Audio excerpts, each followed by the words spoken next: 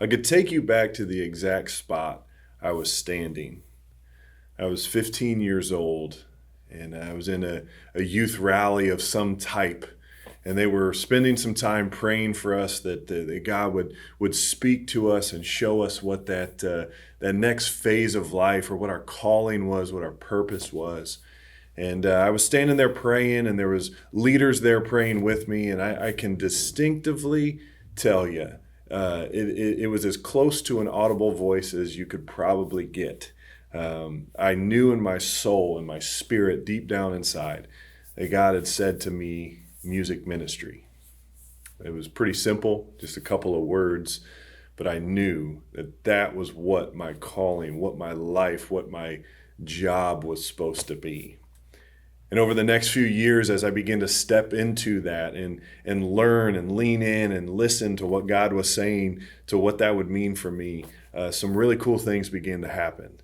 I began to write songs with the local church. I began to lead worship in the local church. I began to lead in the youth group through these things. And what I knew deep in my soul all those years ago was starting to come to life in ways that I could never imagine. Until one day, I found myself packing up an office, and the dream that I knew all those years ago was all of a sudden dying. And I carried not only a box of stuff, but also a lot of heartbreak out those doors.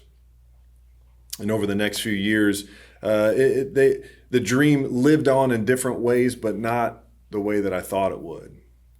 And I found myself kind of wondering if I even heard that voice in the first place at all. I began to question and began to doubt and began to really worry about what that next phase of my life would look like. And in the broken, shattered dreams, as I tried to put them back together, it just hurt too much. And I didn't know what to do. And I don't know where you're at today. Maybe you're there in the midst of a broken dream, in the midst of what you thought was going to work out so well, all of a sudden didn't. And you wonder where God is at, and you wonder if you really heard his voice in the first place.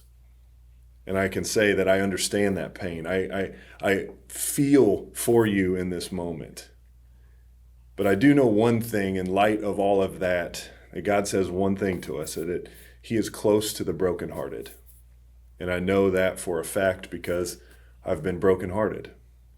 And I know that those words are so true. So no matter what you face today, no matter what you're seeing in front of you, whether it's complete darkness or maybe there's a light at the end of the tunnel right now, whatever you're facing, just know that God is with you because he's with those who are brokenhearted.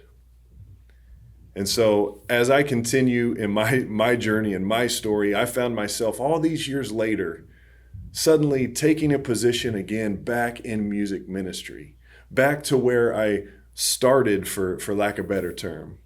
And I stand on that stage and I lead in worship much like I did all those years prior. And something deep inside of me just begins to stir. And I feel God saying that, see, I never left. I was always with you. And now the dream again becomes alive in ways that I never even expected. In new ways, in new alleyways, in new opportunities for ministry. And so if you're facing the death of a dream today, just know that God is not only with you, but he will walk with you and see that dream come back to life again. So don't fret, don't worry, but allow God to show you that he is with you. So I want to say just 3 things that I tried to do in my time.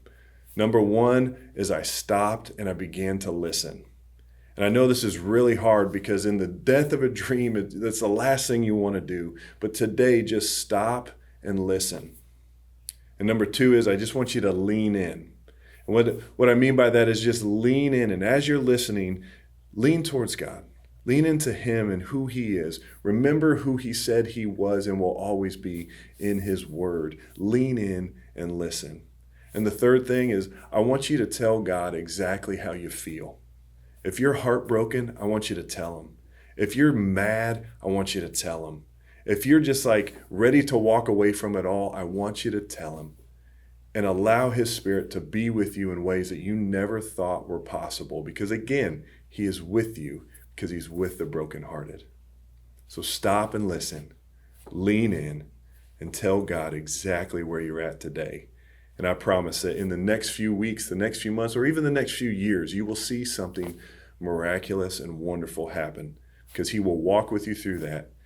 And so, yeah, I want you to do those three simple things right now. Just simply stop and listen, lean in, and then tell God exactly where you're at. And I promise you, God will be there with you every step of the way. And he will be there with you, celebrating when your dream comes back to life again.